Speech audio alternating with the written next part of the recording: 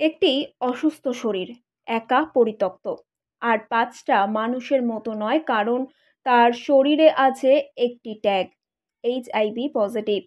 আর সেই ট্যাগের জন্যই ৫ দিন ধরে রোদে বৃষ্টিতে পড়ে রয়েছেন হাসপাতালের বহির্বিভাগের সামনে। নাম নিশীথ মৃধা, বয়স ৭০ বছর, নদিয়ার চাকদার চাদুরিয়া এলাকার বাসিন্দা। অসুস্থ হয়ে এসেছিলেন কল্যাণী জেএনএম হাসপাতালে, কিন্তু চিকিৎসার বদলে জুটল অবহেলা আর অমানবিকতা। কারণ এইচআইভি পজিটিভ জেনে নিজের বাবাকে হাসপাতালের সামনে ফেলে রেখে পালিয়ে যায় তারই রক্তের সম্পর্ক ছেলে নীলেশ মৃধা। হাসপাতাল বারবার ফোন করেছে, কিন্তু ছেলে ফোন ধরেননি। ৫ দিন কেটে গেছে, তবু এই মানুষটির খোঁজ নিতে আসেনি কেউ।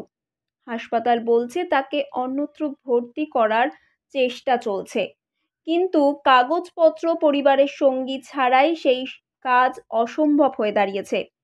এই সমাজে এখনো কি এইচআইভি মানেই মৃত্যুদণ্ড? এই প্রশ্নই আজ উঠছে। একজন বাবাকে কিভাবে এমনভাবে ফেলে রাখা যায়? এটা কি কেবল রোগের লাঞ্ছনায়, নাকি মানবতার মৃত্যু ঘণ্টা? নিশীথ মৃধা। হ্যাঁ, নিশীথ মৃধা। কোথায় আপনি থাকেন? কোথায়? চাদুরিয়া। হ্যাঁ, চাদুরিয়া। চাদুরিয়া। কি আপনার হয়েছে কি? HIV positive. তা আপনাকে হসপিটাল ভর্তি নেয়নি?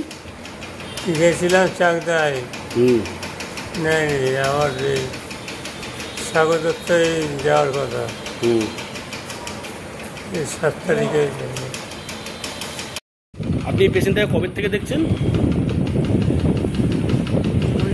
অনেকদিন ধরে দেখছি, অনেকদিন। পেশেন্টটাকে কেউ দেখতে আসছে না?